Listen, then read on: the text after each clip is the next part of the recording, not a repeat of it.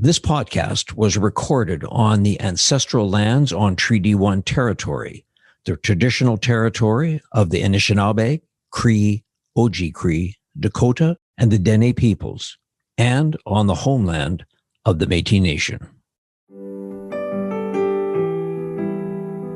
This is Humans on Rights, a podcast advocating for the education of human rights. Here's your host, Stuart Murray. What does the intersection of public opinion and human rights have in common? Polling data can reveal powerful insights about societal values, priorities, and even prejudices. But how do these numbers influence the fight for equality, freedom, and justice? The Canadian Museum for Human Rights released its 2024 Foresights for Human Rights report, shedding light on both progress and challenges in the human rights landscape across Canada.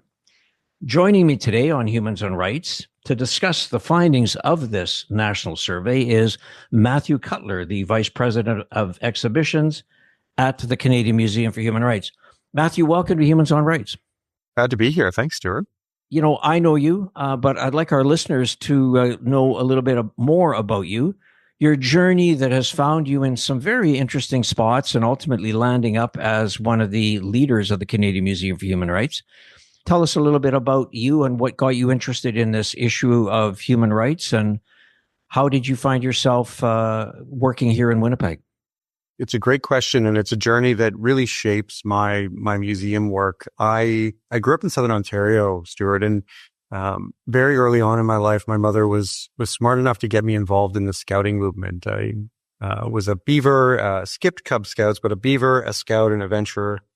And this was in the late 90s for the most part, at a time when youth engagement and youth involvement was really popular. I think organizations were trying to figure out how to get young people involved in the work of leading specifically youth-led organizations. And so I was a regional youth commissioner for Scouts Canada in my adolescence and teens, started to work with the World Bank and the UN on youth engagement theory quite young, and was appointed to the Board of Governors of Scouts Canada at the age of 18. So I was, as a young person, really involved in thinking about how do we bring young people to the table to make decisions that affect them. That idea that I know you've spoken about a lot on the podcast, nothing about us without us. And so that's where my journey in human rights started. And there's always been a through line of human rights, storytelling, and social capital, but it zigzags from there. So I had an experience of an incidence of homophobia in my high school when I was a young person that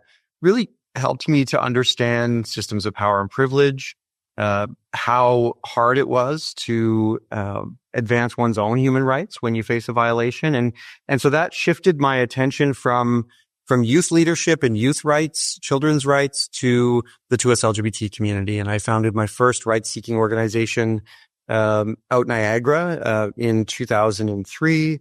And from there, worked in children's mental health, in parks and public realm, 2S LGBT activism, all the way through to my last job in Toronto, which was working on co-governance and Indigenous placekeeping in the parks and public realm space. How do we get folks involved in designing and making spaces that are meant for them? But I came to Manitoba in 2019 to work in the provincial public service. And from there, found myself working on COVID response in my second year, and also vaccine hesitancy before heading over to the museum.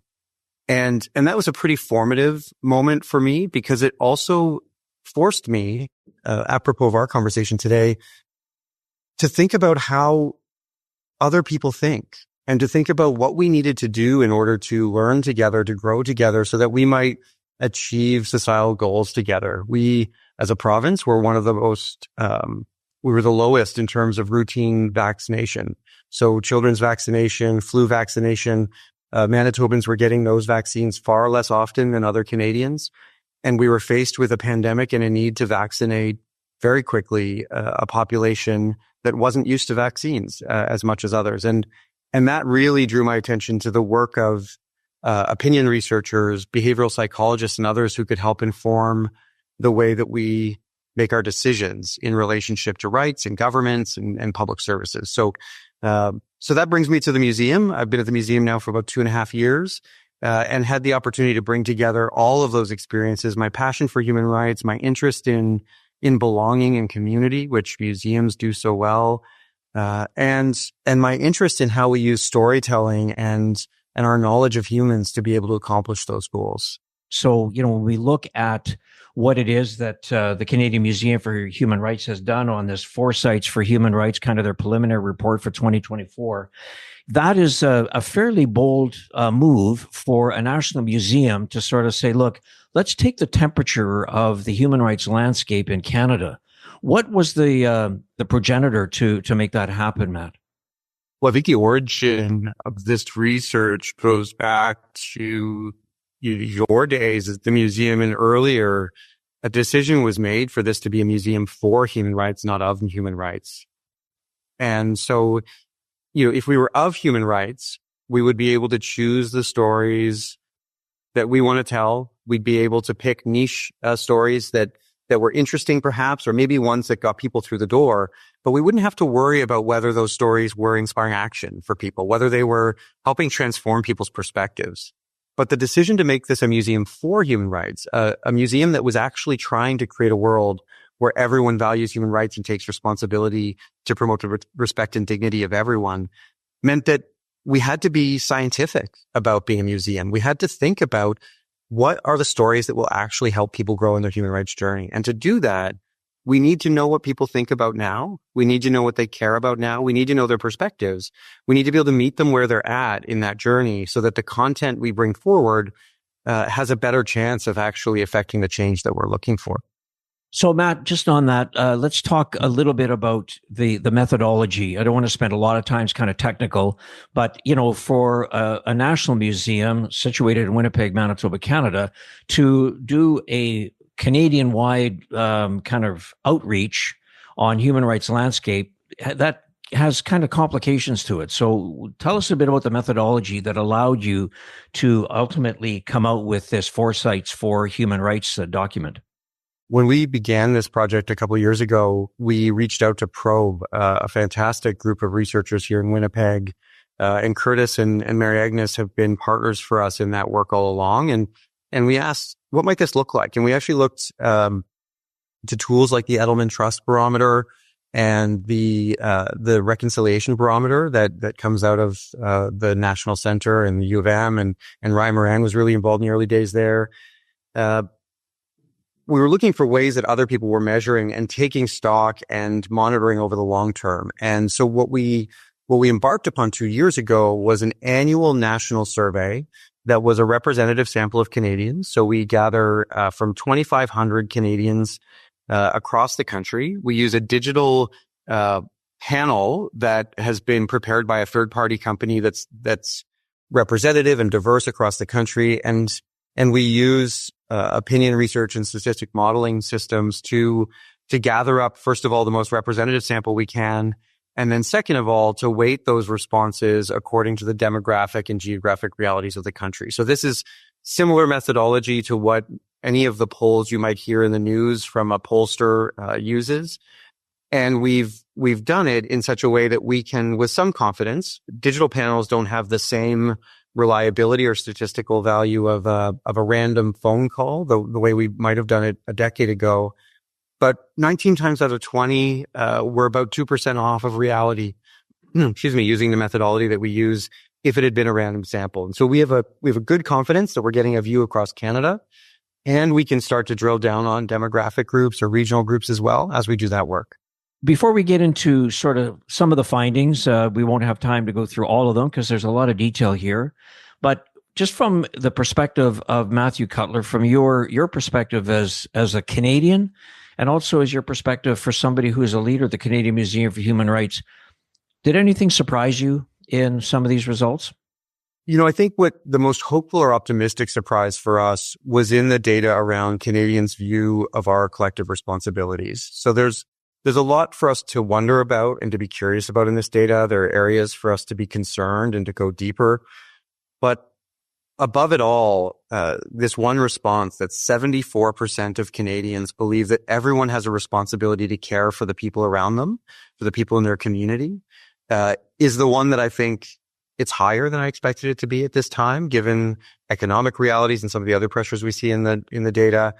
But that Canadians, for the most part, still strongly believe that we need to take care of each other, I think is a good starting point for us in this conversation. When I went through the report, and by the way, I'll make sure that this is available to the public. Obviously, Matthew, just go to the website, Canadian Museum for Human Rights, and which is a great website, by the way. Lots of robust material there. But you can download the Foresight for Human Rights document, which is great. I think one of the challenges I was just going to kind of ask you as you look at finding out data from Canadians. A lot of times it seems when you do polling results, just generally speaking, a lot of survey questions don't ask what I think people might call intrusive personal questions about sexuality, race, religion, or ethnicity, as an example. In this survey, is that something you really wanted to understand and know? So you really wanted to get a sense of who some of these 2,500 Canadians that you were speaking to were? Absolutely. So at the beginning of a survey of this nature, we ask the questions that we need to ask to make sure we get the right sample. So if we've decided that we need to have a certain percentage of people from a province or a certain percentage from a demographic group, we'll ask it at the front end. But we will also ask a number of demographic questions at the end to help us understand who's answered those questions. And we answer them at the end, to your point about intrusion, in part because if you answer them at the front, it might turn people away, or it might color the way they answer the questions. And so we try to keep those personal questions to the end, unless they're absolutely necessary for the sample building. And that allows us to start to play with, do people with one lived experience feel differently than people from another? Now, with 2,500 in the large sample, it means that our sample for some of those demographics is quite small. So your reliability gets lower. But the goal would be that we could then do secondary research. If we saw an interesting finding, and that's why we've called this the preliminary report, if we find something that makes us wonder, or we're curious about something, or there's a standout number that we really want to go deeper on, we can commission further research and go deeper with that demographic. And we might not do it with a survey. We might do it with a focus group, finding other methodology to get deeper. This is the baseline of the work that we're going to do. And there's a reason why we didn't release this report last year, the first time we did the data. So we did the survey in 2003 and again in 2004. We wanted to make sure that we had some reliability, some consistency, a couple data points to play with before we started talking publicly about it. But now we'll look for ways to go deeper, to bring in other people's research, to triangulate that data. Other research might disagree with this and others might corroborate it. And so we're starting to build a larger and larger knowledge base to use in our curatorial practice with this program. Yeah, and I mean, I think the number one point that you make, which is so valid, is that you did this a year ago, 2023.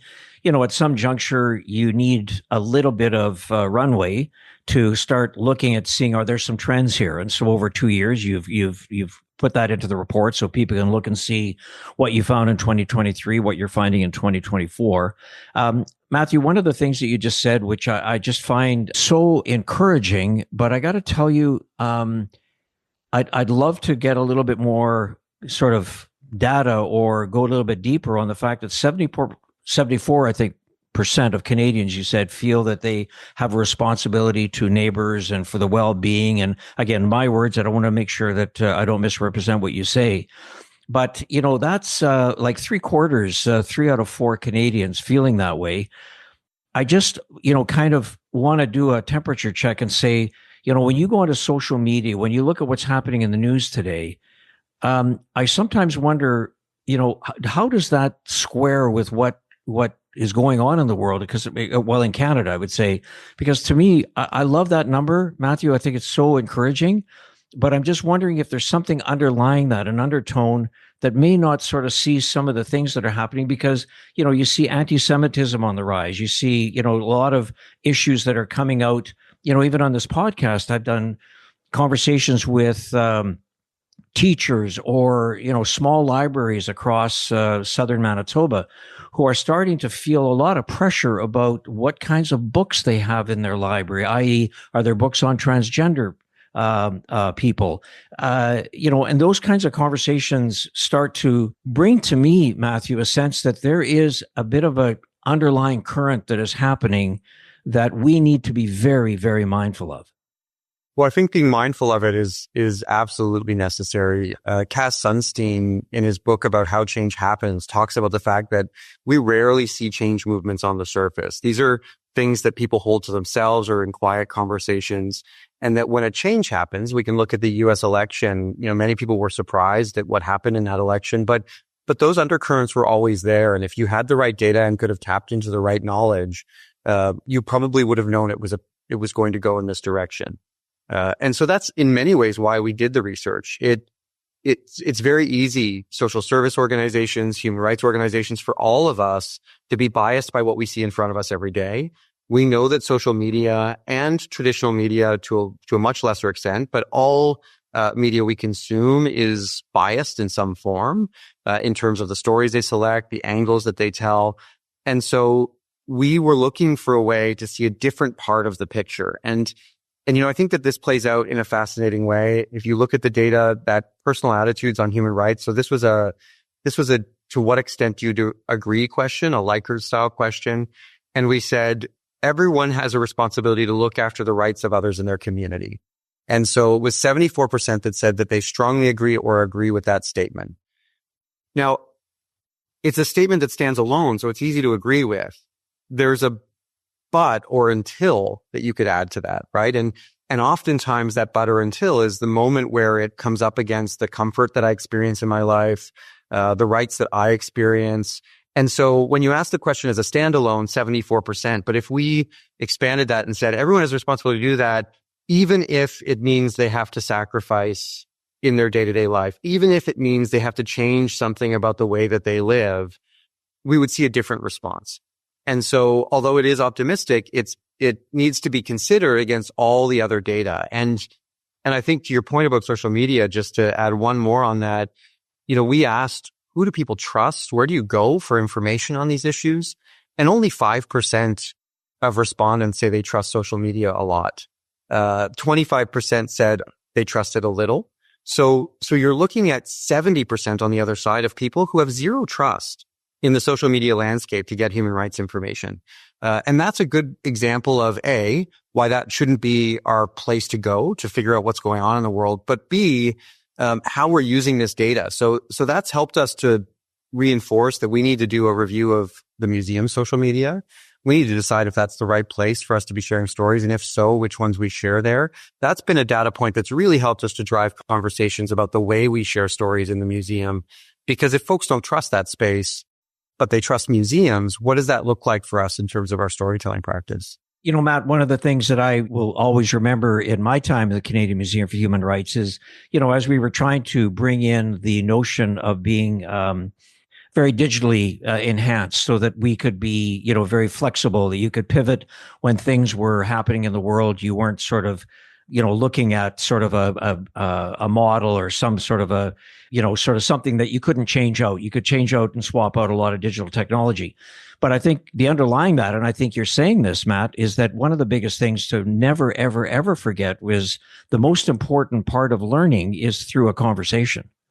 And, that I think is so endemic in trying to sort of advance this conversation about human rights, because that is something that I sometimes feel that we're getting less and less. And, your comment about social media, I think is very appropriate because, there's not a lot to be learned on social media.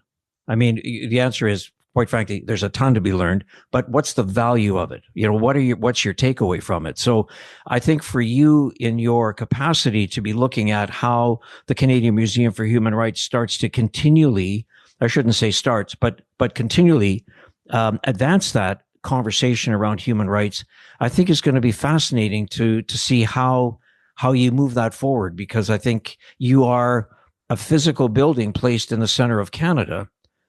Your reach is not only national, it's global. And so, that's going to be a fabulous opportunity to look at what that looks forward to. Any thoughts you want to share on what that might look like? You're right, Stu. We've got this beautiful building that welcomes hundreds of thousands of visitors a year. And increasingly we're thinking about that as the center point of our storytelling practice, in some ways a laboratory where we can test out stories and test out experiences with the folks who know us best and who have the time to be in those conversations with us. But with our strategic focus on national reach, we just online reach nearly 2 million Canadians a year. Witnessblanket.ca is a fantastic example of a digital exhibit that in its first year, digital exhibition in its first year, reached over 1 million teachers and students. And so we have a real opportunity to help shape people's perspectives. And the research tells us that museums are amongst the most trusted outlets for information when it comes to human rights. So folks trust teachers and professors. They trust human rights and advocacy organizations, outlets like yours in terms of folks who are trying to talk about human rights specifically. And they trust museums on these topics. And so the stories we choose and the way we tell our stories is going to be really important to shaping people's understanding of the quote unquote truth, the facts around these issues. But what we know on the other side, so the number one issue in Canadian human rights for folks today, if we bring some numbers together, is around freedom of speech, cancel culture, people's ability to say what they think. About 14% of folks identified free speech or cancel culture as their number one issue in Canada. We also had this response, a number of responses that were about equity and fairness for all. And when people are highlighting issues of equity and fairness of all, I see these as connected. I see this as connected to the pushback we're seeing in the US around DEI. I think what folks are saying is that this idea that everyone is free and equal in dignity and rights has to mean everyone. And we all have to feel like we're part of that conversation. And that for learning to happen, we need to be able to feel safe to share what we think. We shouldn't be afraid to talk openly about what we know. And those were the 27% of the responses about the top issue in Canada today were in that area. And so now we've said human rights organizations, museums, and teachers are trusted. We know people are struggling with feeling like they're part of the conversation and that they can say what they want to say. And then we've got this other data point that isn't in the preliminary report, but is in the research data that says that folks struggle to feel safe at places like museums to have conversations about these issues. They're not sure if they can say what they truly believe in that space without being shamed or having something happen to them or some sort of reaction response, cancel culture, that sort of thing. But where they do trust people is with their friends and family. That's where they feel the safest to have those conversations. And so if visitors and Canadians can access our resources and bring them into their relationships and conversations with people who trust them to have an honest conversation, I think that's where the magic lies. It's in those interpersonal conversations informed by the knowledge that we gather from your podcast, from the museum, from our classroom that will help to move these things forward. Yeah, no, well said, Matthew. I when I looked at some of the findings through the document Foresights for human rights, that for is very, very appropriate. I thought it was interesting when, again, when you look at some of the items that appeared on that, and I'm referring to page 6, the right to safe, adequate healthcare and the right to safe and affordable housing. Again, it's so difficult, Matthew, I think when you look at some of these findings, I mean, the reality is the most organizations that do polling today, and because we've just come through a massive behemoth election south of the border, are political parties. And so, they're asking things that try to sort of shape and look at how policy can make attractive to voters to sort of see what it is that they want to put them into power. But when you see, for example, the right to adequate healthcare, the right to safe and affordable housing, I don't think there's any way that you look at this and say that your findings are saying they're not important. I mean, it has to be put into a context, which I think in the narrative here, you've done that. But perhaps you could just sort of share with our listeners the importance of right to healthcare and the right to homes and affordable housing, but perhaps why that might not have shifted or why that might categorically looked at sort of more lower down on your scale. Well, I think that this is probably one of the most critical domestic findings in the research. Last year, those issues around affordability and economics were our number one response at the domestic level when you bring them together.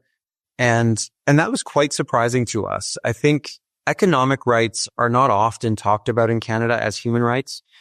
This right to economic dignity, which is enshrined in a number of international legal conventions that Canada is a party to, don't come up in our conversations because they're not one of those enumerated rights that we think of from the Charter. They're not necessarily the list in your provincial human rights code. But we do know that Canada has agreed through these international legal instruments that economic dignity, to be free from poverty, to be able to eat, to have shelter, to have access to water, that we understand these to be human rights, but Canadians rarely would list them at the top. And so when that first came up last year, we thought this is something to pay attention to. And this year it came up as the second highest when you put those things together. And so I'm thinking about, 11% of our respondents named housing and homelessness as the number one domestic human rights issue. I'm combining that with income inequality, poverty, and affordability, which was named by 4% this year, down from 8% last year. But how people represent these numbers shifts. And I think that their responses around newcomers and immigrants are connected to this, because inherent in the conversation over the last year in Canada around immigration has been a conversation about the housing crisis. People are talking about immigration in this country specifically in relationship to affordability, housing, homelessness, and our ability to house and care for everyone here.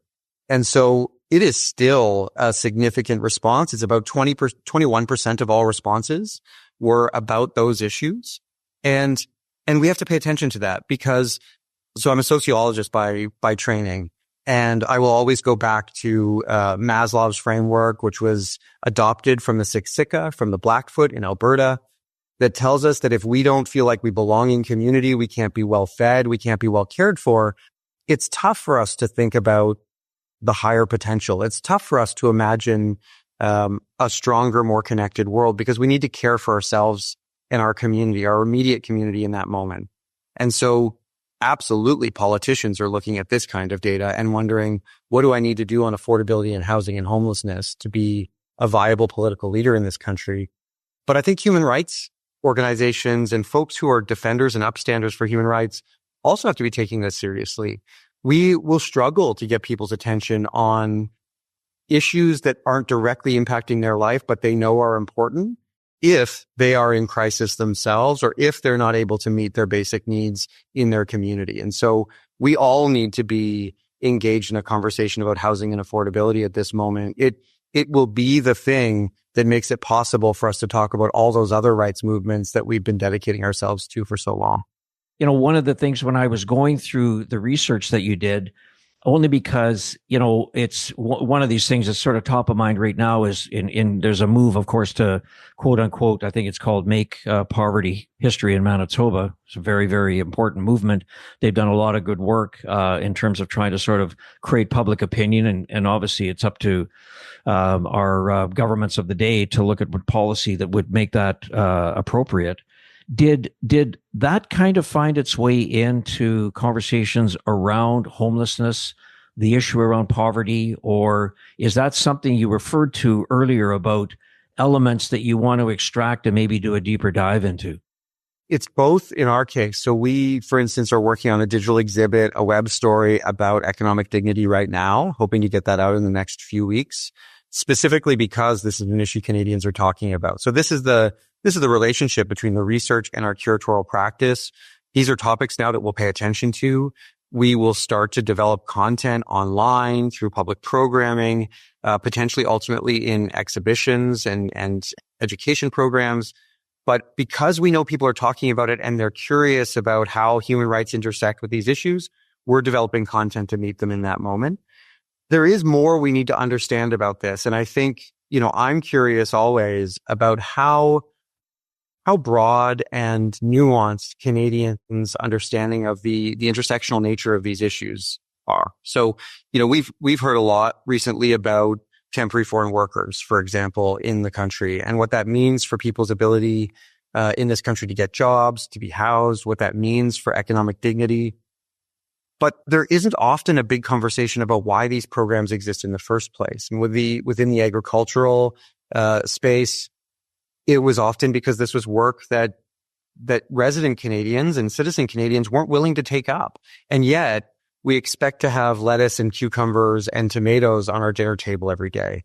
And so I think a systems perspective that allows us to understand that if we don't care about this right, that we might not be able to enjoy the life that we do on the other side is also an important piece of it. But that's a complex web that we live in, and making that simple enough for the average person to digest while they're also thinking about how to feed their kids and go to work and pay the bills is hard. But I think there's something there about helping folks to see the interconnected nature of it that is important. And in Manitoba, because we live our lives in a province that has more Indigenous folks than anywhere else in the country, and so many of us are working to decolonize our own minds and hearts, our lives, and our communities, I think we have really good models for that, right? We understand Minobimba Dizuin from a Anishinaabe perspective, or Wakotowin from a Cree perspective, that the good life, that our life together requires a recognition of our connectedness. And so there's an opportunity, I think, to start to go deeper in this with folks. But your earlier comment, that happens in conversation, and it happens when we're really in life together.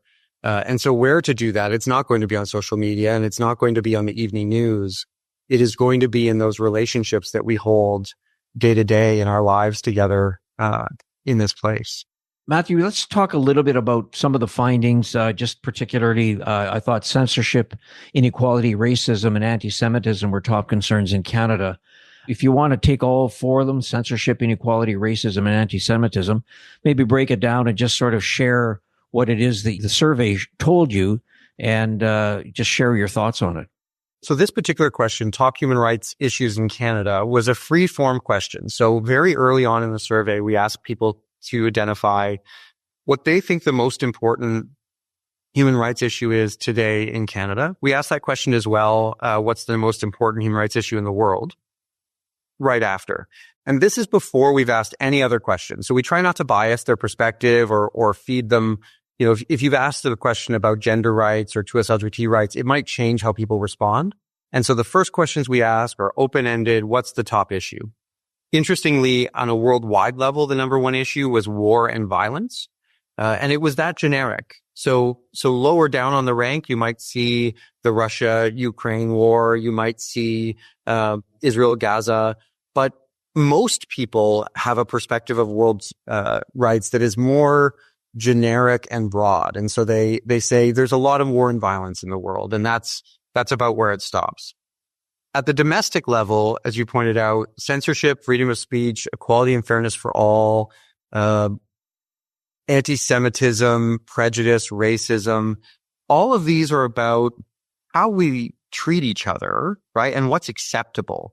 And I think that there's a tension here. This is an area where we want to go a bit deeper in focus groups, because one person might say censorship, and we think we saw this coming through the pandemic, that freedom of speech and censorship was about people's right to stand outside of the majority or the norm, and be okay to do that, to be honest about how they feel. In other cases, we see censorship and freedom or equality and fairness being about minoritarian rights, a small group of people wanting their piece of the pie. And so we have to go deeper on these ones. But I think all of this speaks to this moment we're in our human rights work. I was reflecting on this not too long ago. I think leading into the pandemic, we had been involved in a lot of rights movements that were very black and white. I think we'd really started to believe that the world could be separated between good guys and bad guys. You were either in support of Black Lives Matter or you were a white supremacist. You were in support of queer and trans rights or you're homophobic and transphobic. We really drew a line and said, which side are you on? And there was a side for good folks who understood human rights, and there was a side for folks who didn't. Through the pandemic, we saw, I had a front row seat for this, and we saw people try and apply that binary to the pandemic experience, right? If you didn't follow the orders and wear a mask and do everything that, in our case, Dr. Rusin, but in other parts of the country, Dr. Henry, Dr. Tam, and others, if you didn't do what had been established as the right thing, you must be a bad person. But as the pandemic continued and continues today in some form, but as we moved through those early years together, we started to realize there were competing rights, that people might choose not to follow the rules because they are so lonely that if they did follow the rules, they might not continue to survive. There were folks who needed to break the rules in order to make enough money to put food on the table for their kids. There were competing rights dynamics where it wasn't easy enough to just say who's on the right side and the wrong side. And so I think we're now in a space where lots of folks are starting to complicate that binary and say, there are competing rights here: housing, newcomers, my sense of dignity, my lifestyle, are all at play in a rights conversation.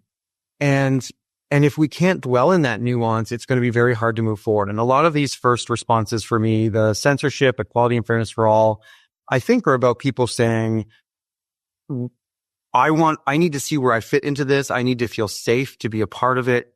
And really, it goes back to that first statement of the Universal Declaration of Human Rights. All human beings are born free and equal in dignity and rights. And that our goal is that everyone comes together in that space and experiences that dignity. And people need to see themselves in there for that to work. On the anti-Semitism finding, would you say that that is a response to what's happening with Hamas in Israel? Would you say that that's part of that? Or would you say there's other elements around anti-Semitism that your findings showed? It's a great question, Stuart. We didn't go deep, and I look to our colleagues at CIJA and B'nai B'rith and others who monitor really closely anti-Semitism in the country for the expertise in this space. I think there's a few things happening. There's no question that these phenomena are on the rise. I think people have been given permission to give voice to perspectives that they had rightly thought they had to keep to themselves for a while. And so we're seeing on the surface now more and more perspectives that probably always existed, but just weren't openly shared. I also think, that folks are becoming more attuned. This is one of the interesting findings in the research for us around our upstander framework and personal encounters. We have a finding here that says that in 2023, about 25% of people had experienced a human rights violation in Canada where their rights were harmed or restricted. So 25% of folks said, yes, once or more than once, I've had this experience. That went up to 31% in 2024. And so there's two ways to read that data. One is that there's been 6% more violation happening in the last year, or that 6% more people are able to recognize it when it happens to them. And it's probably a mix of both of those things. But we also see this in the Upstander Index. So our museum has a framework that we use called the Upstander Framework. We believe that if people can recognize injustice, if they know the tools that they have at their disposal, their personal strengths and gifts, that they can then be upstanders when the moment arises, right? So you need to be able to recognize injustice, know your skills, and then be an upstander. And we use that to create an index through the research. We bring together a bunch of answers of a number of questions to figure out who is showing up as a high upstander or a low upstander, or who doesn't have that upstander framework in their life right now. And the number of high upstanders has grown from 19% in 2023 to 28% in 2024. So a 9% increase. So those two data points together, people are more likely to be an upstander today, and they're more likely to have experienced a violation. They somewhat go together because it means that perhaps people are recognizing injustice in their lives a little more actively. Yes, there's probably also an increase, but they're also able to see it. And that's a good thing, because to be an upstander, you have to be able to recognize when it's happening to you and to people in your life as well. So I do think, all of the data suggests that anti-Semitism and racism and Islamophobia and others are on the rise in this country. And we're noticing that people can recognize it better than they ever have before. And that means that they're better equipped to respond to it when it happens than ever before. You've done a nice job of sort of segueing into the report on the Upstanders Index. Can you just sort of share with those listening? I mean, we know what bystanders are. Just what's your definition of an upstander? So the word upstander came from the U.S. ambassador to the UN, and she started to use this upstander word. The more common word in the human rights world is to talk about human rights defenders. But the idea of defenders, I think, falls short for lots of folks. It's this idea that there are human rights and they need to be protected by us. We need to defend people from violation and human rights from folks who might want to dismantle or undo them. But the upstander term is far more powerful from our perspective because it talks about what we can do every day in our life. It talks about us individually and collectively as being upstanders. So, you readily point to bystanders as sort of the comparison or the contrast there. There are folks who can recognize injustice, but will stand by and watch while it happens. Whereas upstanders, because they not only can recognize it, but they know what to do and they have the community and the support around them that they will stand up. And I think that community and support piece is really important. When we did some audience research about Canadians preparing for a rebrand of the museum, we noticed that there were a lot of folks who were empathetic to human rights, but they weren't taking action. And one of the questions people asked is, maybe they're just not empowered. Maybe they don't know what to do. Our research shows that lots of folks actually know what to do. They know how to report to a commission or report to the police where necessary. They know how to resolve human rights issues when they're required to do so. But that doesn't mean that they will necessarily do it. And so when we talk about upstanders, it's not just that you know where to go, who to call, you know how to step in and intervene, but also that you have the social capital, the community around you, the support around you, that you feel safe to do it. And that step is really important, right? Because folks often, when they're bystanders, are bystanders because they don't know if they will be okay if they stand up, right? They see someone's rights being violated and they worry that stepping in, some folks won't do it because they don't think it's necessary or they don't feel called to it. But many people, I think, there's something that they might lose if they stood up. And so being an upstander is about knowing the skills and tools, and that includes knowing that you've got a community of other human rights upstanders around you who are going to stand behind you and support you in that work. And that's a great way to position some of the challenges, but looking at some of the optimism, because I do think that through the conversations that the Canadian Museum for Human Rights has had, certainly at my time there, certainly as you're looking at sort of the new focus and where you're taking the Canadian Museum for Human Rights with the team there, Matthew, this notion of upstanders, I think we spend a lot of time, as we should, explaining some of the challenges that we have had as a country, as a nation, and some of our darker moments. But I don't think we should ever not lose sight of the fact that there are those champions out there. And again, I use that word, and I'm prepared to sort of have it redacted, Matthew, because I think a lot of times people say, "Oh, champions." I'm not sure that's the right word. Maybe upstanders should be that new go-to word that is more of a generic sort of positive impact where people can be known as upstanders, and it's not about sort of defenders, champions. I mean, maybe those are yesterday's words. So my point is that we need to spend a lot of time exploring and giving platform to the people who are making a difference, who are taking the position that they're not accepting what they've seen in the past, particularly it could be around anti-Semitism or racism or homophobia. People are starting to take action on that. And I think to have that dialogue and out there, let people understand, because, I think two things on that, Matthew. One is, I think we need to shine a big, sexy spotlight on people that are doing that. Because I think for the second thing is that some people sort of say, I don't quite know what my toolbox should be to do that. Give me some sense of how I can do that. Inside, I'd like to do it. I'm just not sure how. So the Upstander program, I think, is a great way to do that. I agree. And I think that, there's two pieces that come up for me as you were talking, Stuart. One is that our work around Upstanders. So we certainly highlight those incredible folks whose lives brought them to a place where they could do really remarkable things. So we will still talk about Malala Yousafzai, or we will talk about the folks like Greta Thunberg, who are leading in big ways that none of us could even imagine having stepped into. But one of the things that we do, even as we tell those stories, is help people understand how accessible that work can be. That Malala just wanted to go to school and wanted to ensure that she and people like her could learn in schools. And so although, her story has become this massive international important example for us in the human rights world, we often will bring it back down to why she's like us in the way that she did that work. And the Upstander program in schools, which is now in schools across the country, and we're just in a really significant expansion into Alberta to ensure that every classroom, every school in Alberta has the Upstander program, thanks to a gift from Stu Clark.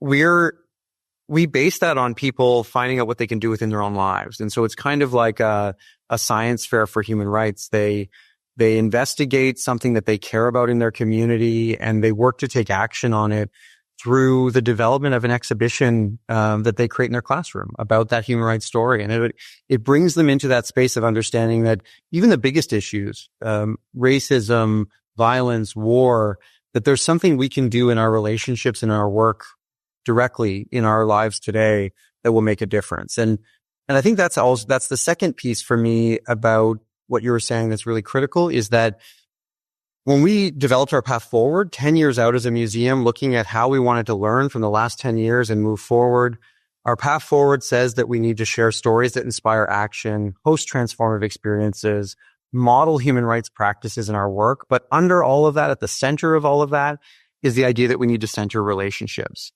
And that piece around relationship, because of the data in this research that says that people trust people close to them, their friends and family, more than anyone else, where they feel safe, because we know that that's where people learn, but also because we know change is fractal. Change starts in ourselves. It happens in our relationships, happens in our house, in our family, happens in our neighborhood, and then happens nationally and globally.